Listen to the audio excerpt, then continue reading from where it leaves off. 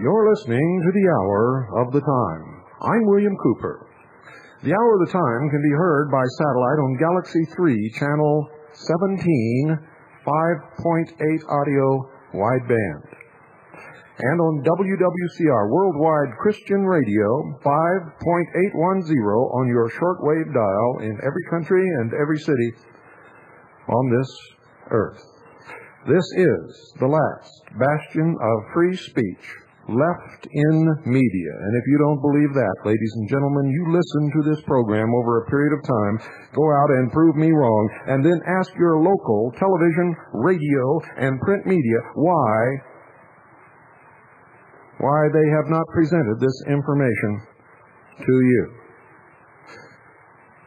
I think you're going to be shocked at the results of your little poll, and you're going to be shocked with the information that you hear on this broadcast. When my wife Annie and I and little Pooh lived in the state of California, there was an ongoing controversy, actually a minor war raging, between the citizens in the state over the spraying of populated areas, major cities and urban areas, with a pesticide called Malathion.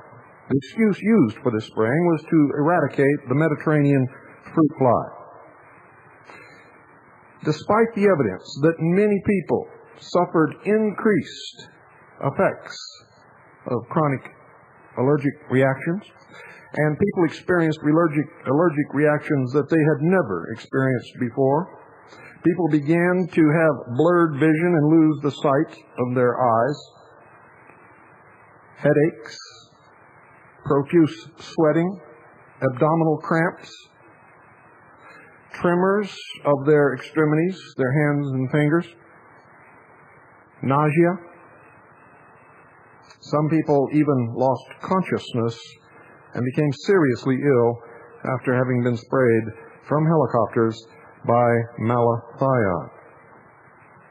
It was one of the determining factors, ladies and gentlemen, why Annie and I left California and moved to the state of Arizona, was to get away from this deadly poison. And yes, it is a deadly poison. Now, you're going to hear over the next few nights, as long as it takes, an expose of the real effects of the spraying of urban areas and people, and yes, even food, with what is known as Malathion. And I'm not going to stop until I've given you every bit of material that we have. And if you have material that you think we may not have, send it to us immediately. Fax it to us. The fax number is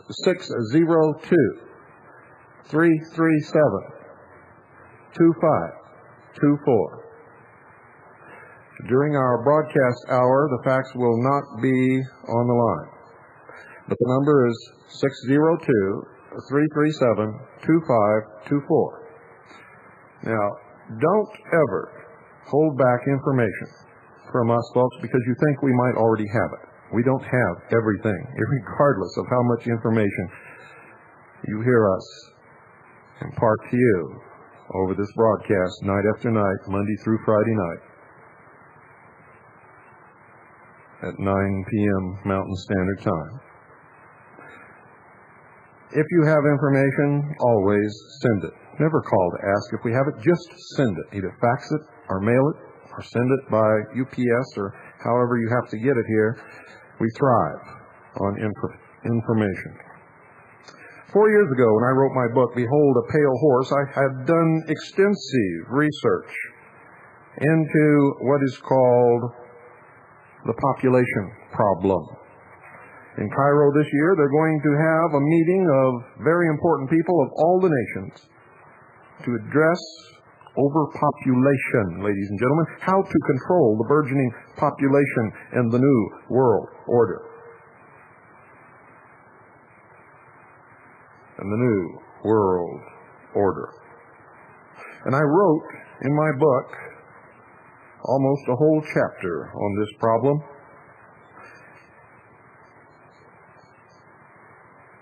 Part of what I wrote, ladies and gentlemen, concerned the spraying of Malathion in populated areas in California, and I'm going to quote from my book from page 173.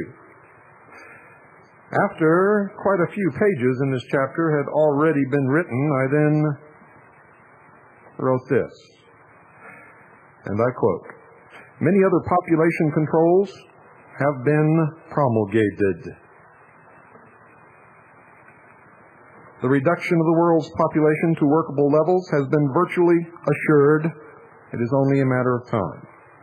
The problem will be to curtail further human reproduction beyond approved levels. To handle that problem, the New World Order will adopt the communist Chinese model of population control. It is the only population control program that has ever worked. The old and infirm have been periodically murdered, and couples are forbidden to have more than one child. Penalties are so severe that families in China with 2 children are extremely rare. 3 children families are non-existent. A surprising byproduct is that Chinese children as a group are treated better than any other national grouping of children in the world, including the United States. Tobacco fields in the United States have been fertilized with the radioactive tailings from uranium mines, resulting in a tremendous increase in the incidence of lip, mouth, throat, and lung cancer due to low-level radiation.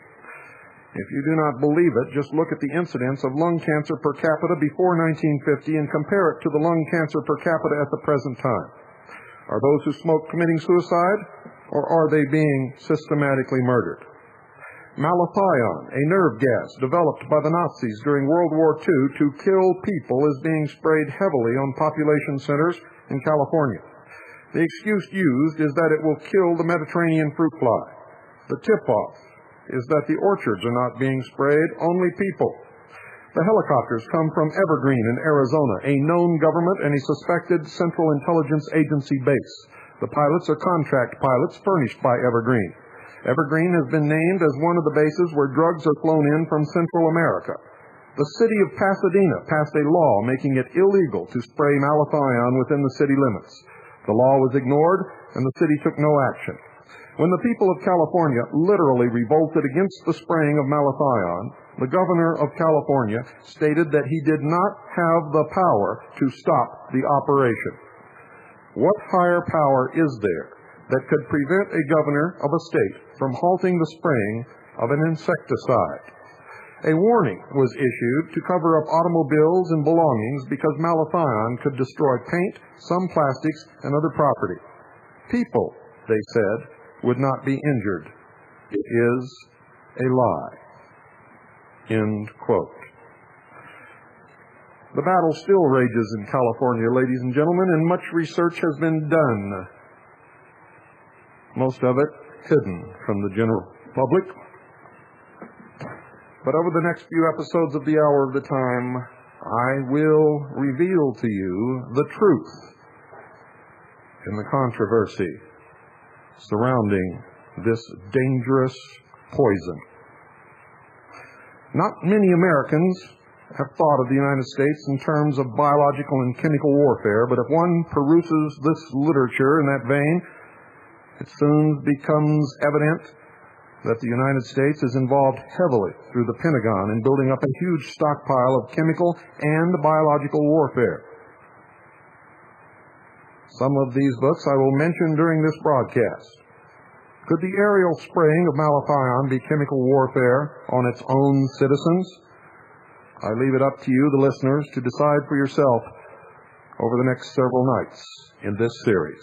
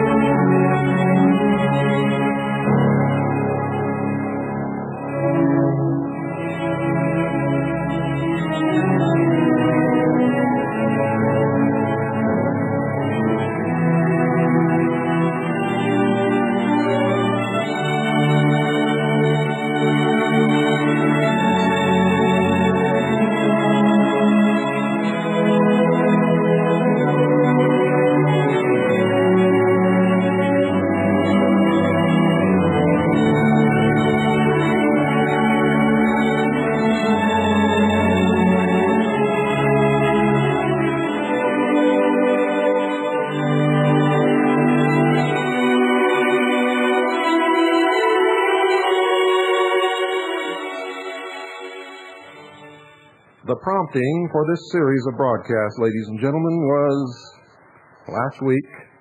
As I prepared to do this broadcast, we heard the sound of a low-flying aircraft that came directly at rooftop level over our broadcasting studios.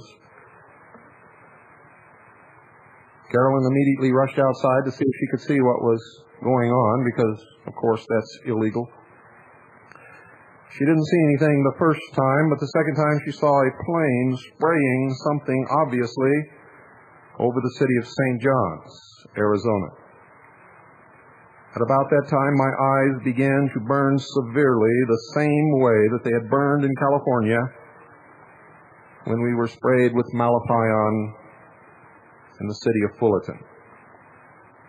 I went to the bathroom and washed my face and rinsed out my eyes, and then I could smell the heavy scent of that familiar poison, Malathion, and I became enraged, extremely angry.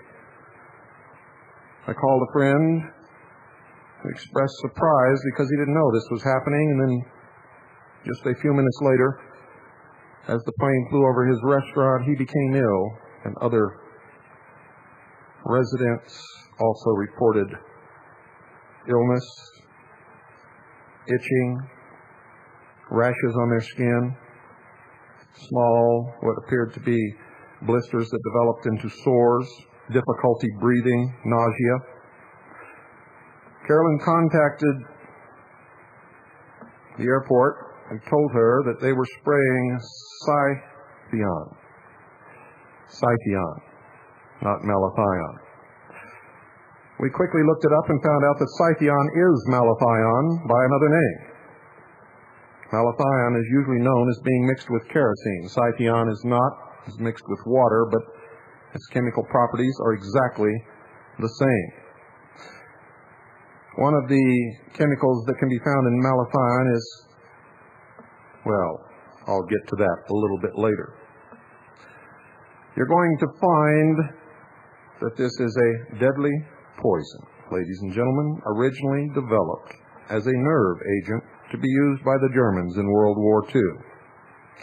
Eventually, in a diluted form, was found to be effective against some types of flying insects, notably mosquitoes and others, and has been used probably by many of you in your own gardens, on your own vegetables, on your lawns, and around your home, and by many cities throughout this country as a mosquito control agent. The other night, there was a city council meeting where council members and the mayor attended, of course. And they were asked why this was being done and how did they account for people suffering adverse effects. How did they warn people beforehand so that they could vacate their homes in the city where they live if they suffered these adverse effects? The answer for why they did it is that they've been doing it for 20 years. Therefore, it must be okay.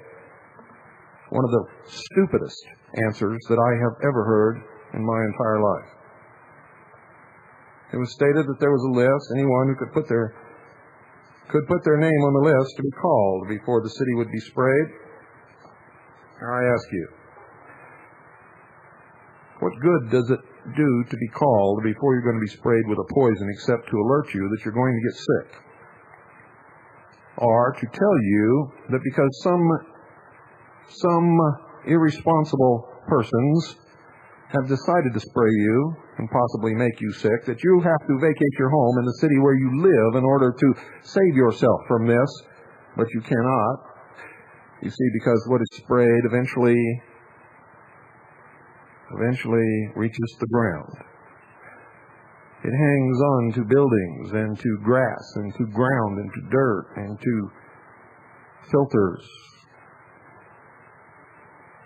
and in your gardens and on your food. If you're sitting in a restaurant when it's being sprayed, you eat part of it. Unknowingly probably, but you do. And it eventually works its way down into the groundwater and you drink it, whether you know it or not. The city furnished us with a booklet put out by the manufacturer of Malathion and Malathion. The company is called Cyanamid Agricultural Division. This booklet was printed by Cyanamid Agricultural Division, VPC Ventures, Wayne, New Jersey, 07470. I'm going to tell you what the company says about it. The corporation Cyanamid. It says, Malathion, a record of success. Malathion safely used. Malathion has been used safely, both in local community mosquito control programs and in major eradication efforts under the direction of various state and regional public health agencies. For example, in 1971, following Hurricane Beulah, over 12.5 million acres of the Texas-Louisiana Gulf Coast were treated with Malathion, without any known harm either to humans, wildlife, or the environment. Now remember, this is what the company says. This is the car salesman trying to sell you a new Buick, ladies and gentlemen. And this is what the salesman is telling you. In the fall of 1980, the state of Michigan responded to an outbreak of eastern equine encephalitis with the aerial application of Malathion over 194,560 acres, 304 square miles. The Department of Natural Resources monitored the affected area for environmental damage and water residues. They did gross observations, sampled benthic macroinvertebrates, fish, turtles, frogs, and collected grab water samples. The results of their observations at 112 sites were as follows. No dead fish, no dead animals, frogs, turtles, etc. Many live terrestrial insects, many live aquatic insects, mature and immature. Benthic macroinvertebrates were sampled at 5 sites before and after spraying with the following results. No impact detected. All life forms present before the spraying were present after the spraying in similar abundance and size. Numerous healthy fish were observed on both days. At 4 non-sprayed sites, there were no differences between the 2 sample days. More recently, Malathion was used extensively in California to combat the medfly. Between July 14, 1981 and August 12, 1982, aircraft dispensed 192,349 gallons of 91% technical grade Malathion over 10,624,869 acres in 10 California counties. What they don't tell you is they only sprayed the population. Intense environmental monitoring during the medfly eradication program and follow-up human health studies afterward revealed air. Gas phase levels never exceeded 1 UG per cubic meter. Malathion and 0.1 UG per cubic meter Malathion, well within the parts per trillion range. That's a very clever bit of wording, as you will see later when we read the real effects of Malathion. Water. Concentrations were related to mass fallout deposition and averaged less than 10 parts per billion. Bioaccumulation. Malathion and malatoxin levels did not accumulate in the air, water, or on exposed surfaces during the 6-week spray period. Peak levels associated with individual sprays always degraded to background concentrations which remained constant throughout the 6-spray period. Short-term health effects. Listen to this. No documented cases of pesticide poisoning. No increase in incidence or reporting of respiratory irritant-related illness. No organophosphate symptoms detected in interviews conducted after the aerial application with 238 adults living in the spray area. Long-term health effects. No evidence that Malathion aerial application influenced pregnancy outcomes. No biologically plausible relationship between Malathion exposure and the occurrence of birth defects and/or low birth weights. Health concerns. Acute toxicity, low risk. Malathion is among the least toxic organophosphate pesticides, with an oral LD50 in rats of 1,370 milligrams per kilogram body weight. Malathion falls into one of the Environmental Protection Agency's, or EPA's, lowest rankings, moderately toxic. Did you hear what I said, ladies and gentlemen? Moderately toxic. It is slightly less toxic than caffeine and far less toxic than most other synthetic pest control alternatives. For example, methylparathion is 200 times more toxic dermally and nailed. Registered for use in mosquito control is 5 times as toxic dermally.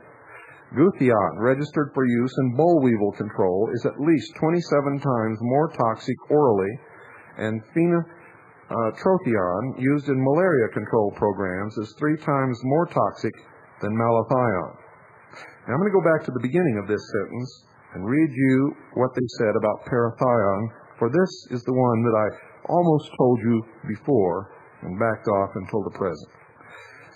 Quote, for example, methylparathion is 200 times more toxic dermally. Parathion, ladies and gentlemen, is one of the chemicals that can be found in Malathion. They don't tell you that, but they use it conveniently for a comparison. They go on. The MedFly Health Advisory Committee, MHAC, report to the Governor, April 15, 1982, states, the primary concern of the public and the committee was the health risk from Malathion among the pesticides available for use. More is known about the toxicity of Malathion than of the others, and a great deal is known about the toxicity of Malathion. Manufactured and packaged in the United States and several other countries and distributed worldwide for more than 30 years, it has a favorable record of success in eliminating insects and in avoiding poisonings of man and other warm-blooded animals. Warm-blooded animals have an enzyme that destroys Malathion. Insects do not. It goes on to say that Malathion has a unique pattern of selective toxicity when used at the recommended dosage levels. Malathion kills the target insect without harming mammalian life. However, as with any chemical compound, dosage is extremely important, and exposure levels must be carefully controlled. Now, ladies and gentlemen, I want you to understand that most of what you just heard is what the company wants you to believe. Because the company is in the business of manufacturing and selling Malathion. Just as you will seldom, if ever, get the truth from a car dealer about a particular automobile that you are inquiring about, because if he fails to make a sale, he loses several hundred or several $1,000s in commission, is the same reason why you should never believe a salesman or a sales brochure for a chemical company when they tell you it's okay to spray it on your food or on your person and it won't hurt you. And there is a long history of lies connected with exactly this type of thing. Don't go away. I'll be right back. And then we're going to get into some nitty-gritty that will make the hair stand up on the back of your neck.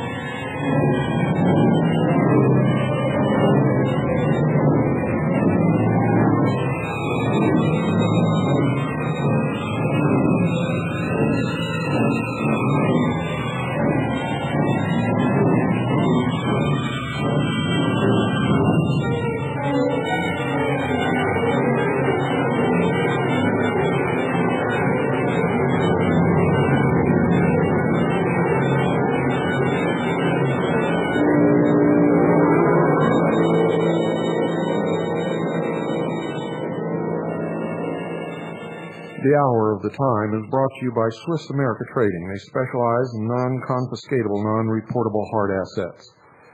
If a serious economic problem were to develop tomorrow, nationwide, or worldwide for that matter, where would you stand in relation to the value of what you hold at the present time? There's only one thing in the history of the world, ladies and gentlemen, that has held its value no matter what the state of the economy in any nation, in any part of this world. And that has been precious metals in their different various forms. Swiss America Trading specializes in providing this kind of financial security for you and your family. You have been watching the value of the dollar decline. And over the last over 2 years now that we've been broadcasting on the Hour of the Time, we have told you that this was going to happen. We even predicted an eventual money change, which you are now reading is going to happen in your newspapers. If you'd been listening to this program, you would have known that well over 2 years ago, and could be very well protected by this time. But most of you are not protected at all. In fact, I would venture to say that almost everyone listening to this broadcast either has their wealth in property of various forms, real estate, automobiles, a home, refrigerators, furniture, land, or in paper assets, cash, stocks, bonds, mutual funds, or derivatives. We are headed for an imminent major economic correction. The currency change is designed for this, for it was known and forecast by the elite who are in the know in the financial community and in the Federal Reserve for many years. When this currency change takes place, ladies and gentlemen, it will be a surprise. And the dollar will be intentionally devalued, and you will have X number of days to convert all your cash into the new money before it becomes worthless. Now that means no matter what you have, you will lose value in the devaluation of a dollar and a currency change. I have never seen in my life anywhere in the world a currency changed without a concurrent devaluation of that currency. Now, you don't have to believe me. You can check that for yourself. The only thing that will maintain its value will be precious metals. Everything else will fall. If you want to take a chance, that's up to you. But I encourage you to look around at those you love or claim to love. And if you cannot tell them that they are protected against just such an event, then you need to do something, and you need to do it now. Call Swiss America Trading. Call them now, ladies and gentlemen. 800-289-2646. Do it now. Listen to the experts there. Ask them what kind of a plan would best suit your situation. 1-800-289-2646. That's 1-800-289-2646. Do it now. It'll take a great load, a great weight off your shoulders. And you'll be able to rest a little easier each night.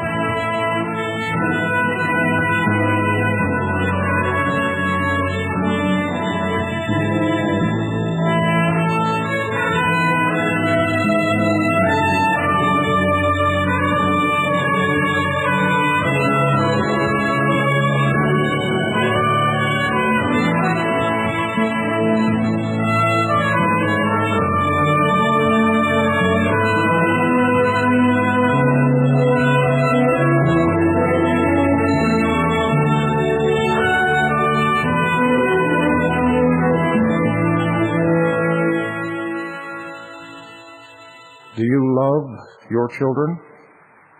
Or is just that something that you mouth because you're supposed to? Do you really care about your own health and the health of your loved ones? Malathion, ladies and gentlemen, is synonymous with diethyl mercaptosuccinate, Cester, with OO-dimethyl phosphorodithiolate, Malathion, carbophos, 4049, Scythion. The physical form is colorless to light amber liquid. Uses: today, insecticide. Exposure is by inhalation, skin absorption, and ingestion. Toxicology: Malathion is an anti-cholinesterase agent. but it is of a relatively low order of toxicity in comparison with other organophosphates. Remember that it is an organophosphate. Signs and symptoms of intoxication by anticholinesterase agents are caused by the inactivation of the enzyme cholinesterase, which results in the accumulation of acetylcholine at synapses in the nervous system, skeletal and smooth muscle, and secretory glands. After inhalation of extremely high concentrations of malathion, ocular and respiratory effects may appear simultaneously. That means, ladies and gentlemen, blurred vision or difficulty with sight and difficulty breathing. These effects include tightness in the chest, wheezing, laryngeal spasms, and excessive salivation. Peripheral effects include excessive sweating, muscular fasciculations, and weakness. Effects on the central nervous system include giddiness, confusion, ataxia, slurred speech, and convulsions. After ingestion, anorexia, nausea, vomiting, abdominal cramps, and diarrhea also appear.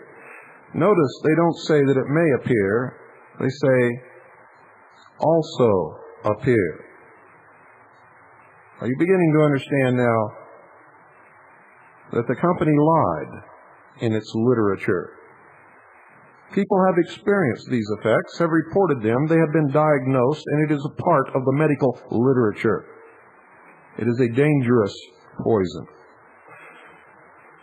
Malathion itself has only a slight direct inhibitory action on cholinesterase, but one of its metabolites, Malathion, is an active inhibitor. Both malathion and Malathion are rapidly detoxified by esterases in the liver and other organs. This rapid metabolism is the apparent reason for the lower toxicity of malathion in comparison with other organophosphates. Malathion inactivates cholinesterase by phosphorylation of the active site of the enzyme to form the dimethylphosphoryl enzyme. Over the following 24 to 48 hours, there is a process called aging of conversion to the monomethylphosphoryl enzyme. Aging is of clinical interest in the treatment of poisoning because cholinesterase reactivators such as pralidoxime, 2-PAM, protopam, chloride are ineffective after aging has occurred. The relative safety of malathion to humans has been repeatedly demonstrated in a group of workers with average exposure of 3.3 milligrams per cubic meter for 5 hours, maximum of 56 milligrams per cubic meter. The cholinesterase levels in the blood were not significantly lowered, and no one exhibited signs of cholinesterase inhibition. What this means, ladies and gentlemen, if you are absolutely perfectly healthy and you are exposed to less than the exposures that they are given here, that your liver is able to break down the toxin. But first it has to get to your liver. And during the transport to your liver, it can give you side effects that are not very nice at all. However, like alcohol, if you only absorb in a very healthy body 1 shot of alcohol per hour, your liver can handle that and take it out. Where you get into trouble, ladies and gentlemen, with malathion, alcohol, or any other poison is if you are not in absolutely 100% excellent physical condition. If you have any problem with your liver, if you are a diabetic, if you have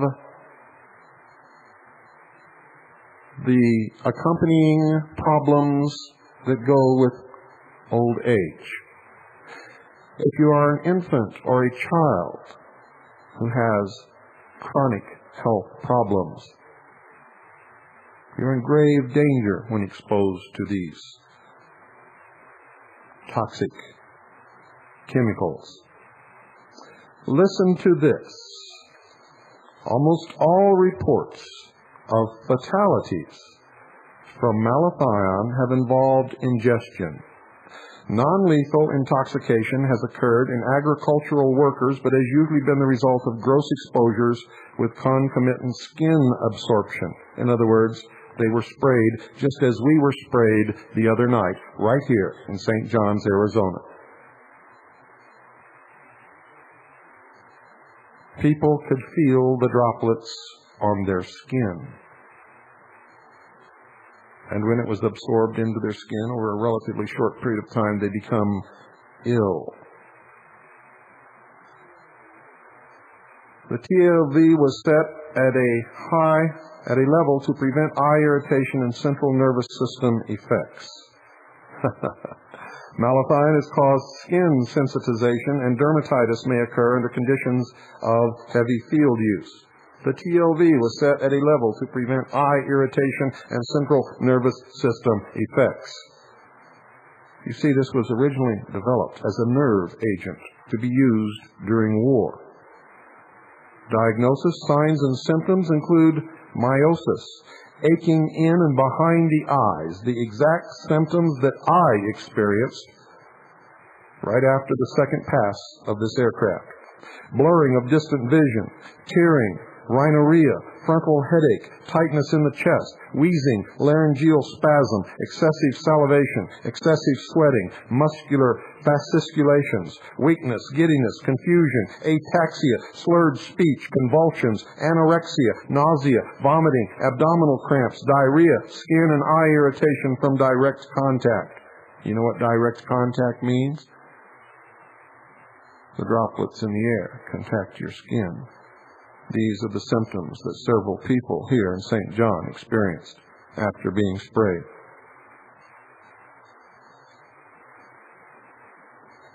Now, don't take this for the reference. This is Chemical Hazards of the Workplace, by the way, by Nick H. Proctor, Ph.D., Manager of Medical Surveillance and Toxicologist, Kaiser Aluminum and Chemical Corporation, Oakland, California, and James P. Hughes, M.D., Medical Director, Kaiser Aluminum and Chemical Corporation, Oakland, California, by J.P. Lippincott Company, Philadelphia. And I've got pages and pages of references from scientific papers here that confirm exactly what I'm telling you.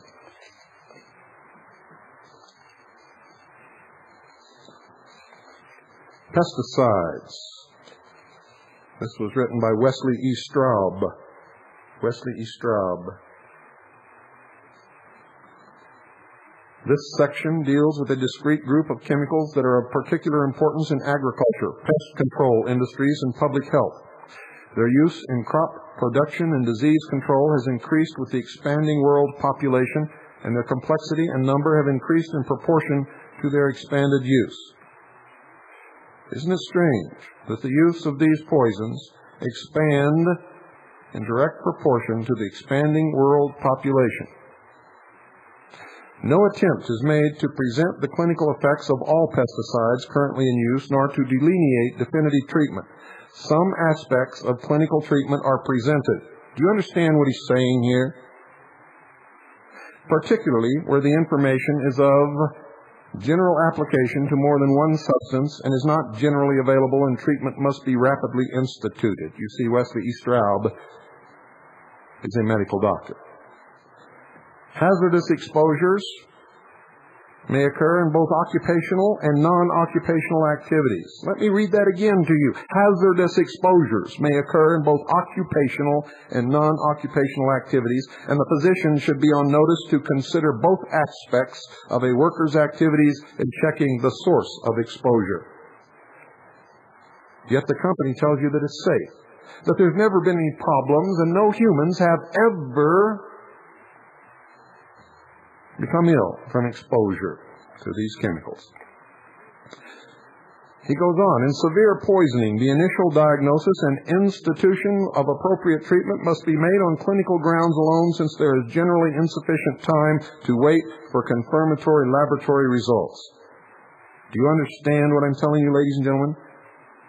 He's saying that appropriate treatment must be made on clinical grounds. In other words, the observation of the physician instantly when the patient presents himself for treatment, because there is no time to wait for laboratory tests. How poison is poison? Well, you're going to find out. Because tonight, we're just touching the very tip of the iceberg, and we've got many more hours to go. Essential to the correct diagnosis of pesticide poisoning is a high index of suspicion on the part of the physician based on 1, a history of opportunity for any adequate exposure compatible with time-dose relationships, 2, clinical manifestations, and 3, laboratory confirmation. The toxic dose and clinical picture of poisoning vary with the compound and formulation and possibly with the individual. For purposes of the following discussion, the pesticides are grouped according to their chemical nature or use as, and listen to this, remember I told you to remember this, as organophosphates, carbamates, chlorinated hydrocarbons, bipyridyls, coumarins, and indendions, rodenticides, fungicides, herbicides, fumigants, and miscellaneous insecticides. The first group we will read from, and the only group we will read from in this study, is the one that we're directly concerned with right now, and that is the organophosphates, which include abate, DDVP, or what's known as vapona, diazonone, dicathone, dimethoate, also known as Saigon, Dursban, EPN, ethione, phentheone, also known as Batex, Gardona, Malathion, Nalid, also known as Dibrome, and Parathion. The organophosphate insecticides are characterized by the similarity of their mechanism of toxic action. They differ widely, however, in inherent toxicity and to some extent in rate of absorption and excretion. The company said it was not toxic. So did the city fathers of St. John's, Arizona, and Springerville, and probably Eager also. The organophosphates act as irreversible inhibitors of the enzyme cholinesterase, thereby allowing the accumulation of acetylcholine at nerve endings. They are rapidly absorbed into the body by ingestion through the intact skin. Absorbed through the intact skin, including the eye.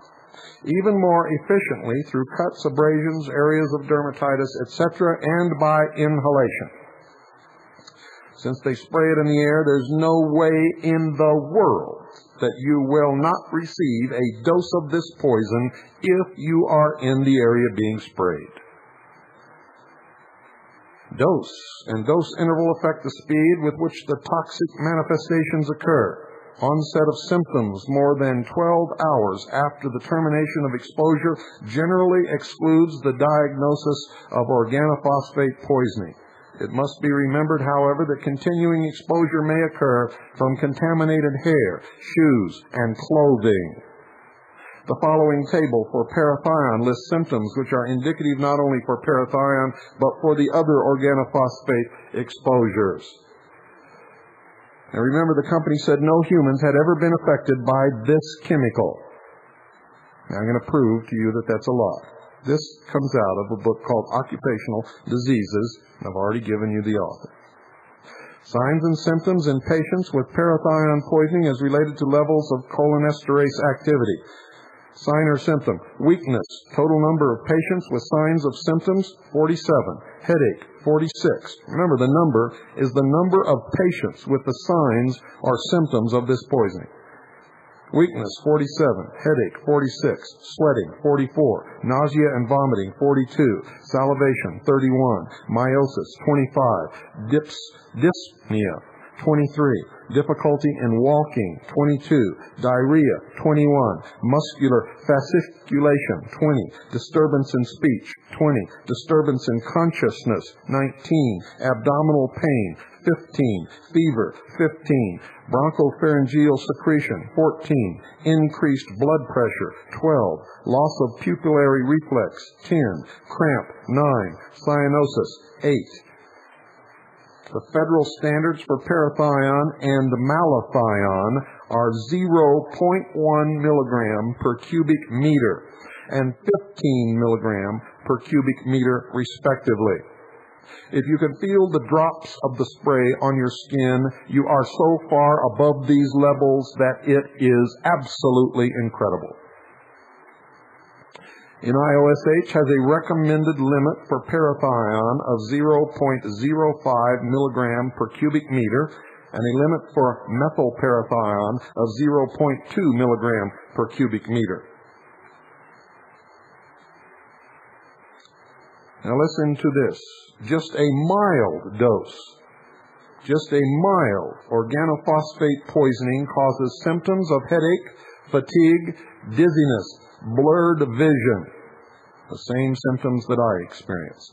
Excessive sweating, nausea and vomiting, stomach cramps, diarrhea and salivation. These are the symptoms that Tim experienced. These symptoms are similar to those of many diseases not related to pesticide exposure, such as influenza, heat stroke, heat exhaustion, and gastroenteritis.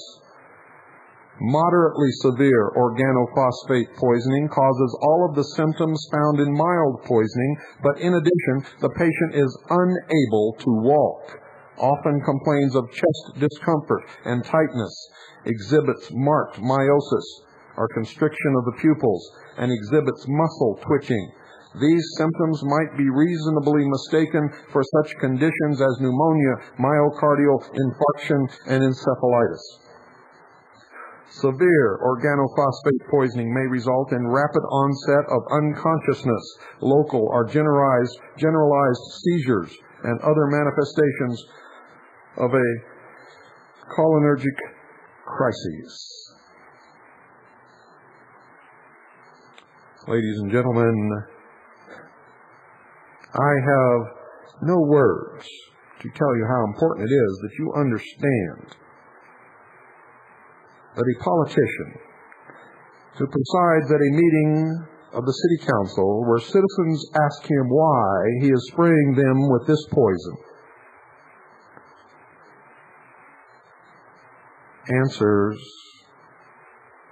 "We've been doing it for 20 years, so it must be okay."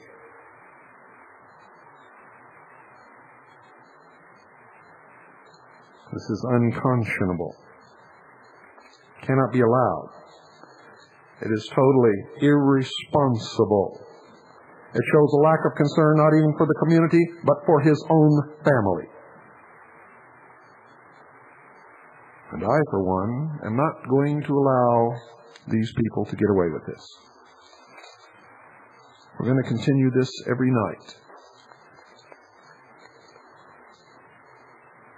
And tapes of this broadcast of each night will be distributed free to the citizens of the communities of Eager, Arizona, Springerville, Arizona, and St. John's, Arizona, at my expense, to anyone who wants a copy.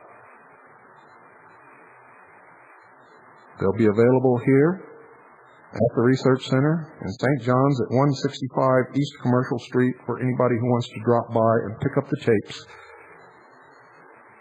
There will be about a 2-day delay while we make the copies for you to pick up. We hope that you will make copies of the tapes that you pick up from us and distribute them to those that you care about. There's a book called Chemical and Biological Warfare. Chemical and Biological Warfare was edited by Stephen Rose, Beacon Press, and it states this: the United States Army's Field Manual on the Law of Land Warfare was quietly changed to point out that the United States is not a party to any treaty now in force that prohibits or restricts the use in warfare of toxic or non-toxic gases or chemicals. Our nation had also emerged from World War II with new centers of gas and germ research and production. Biological warfare had come of age during the war years, the perverted stepchild of medical science. Poison gas production facilities had been added to our military machine. These additions were not dismantled after VJ Day. Our men went home, but the military professions, their civilian assistance, and the research and production facilities remained as the nucleus of future growth in the industrial complex. Much of the United States experimentation with nerve gases has taken place at the Army's oldest chemical warfare installation, the sprawling Edgewood Arsenal, some 20 miles northeast of Baltimore. In July of 1969, under prodding by the House Subcommittee on the Environment, headed by Congressman Henry S. Roos, the Army revealed plans for testing 239 gas weapons at Edgewood over a 6-month period. In a book entitled Silent Death by Yuri Fyodorov, published by Progress Publishers, Moscow, Russia, 1987, states, the enormous threat posed by nuclear arms in a way distracted public attention from the existence of huge arsenals of chemical weapons, other means of mass destruction, while scientists and technologists working for the military-industrial complex were developing more sophisticated varieties of these weapons.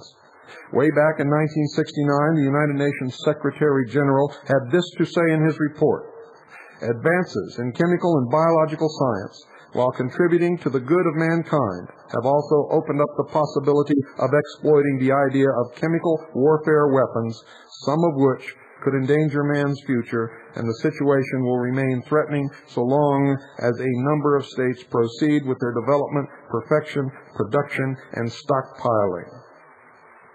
Another gentleman, whom I'll reveal to you tomorrow night, said this: such agents could be used in the battle to reduce the world's population. Good night. You might want to assess how you've been feeling lately. For these same pesticides cause depression, apathy. God bless you all.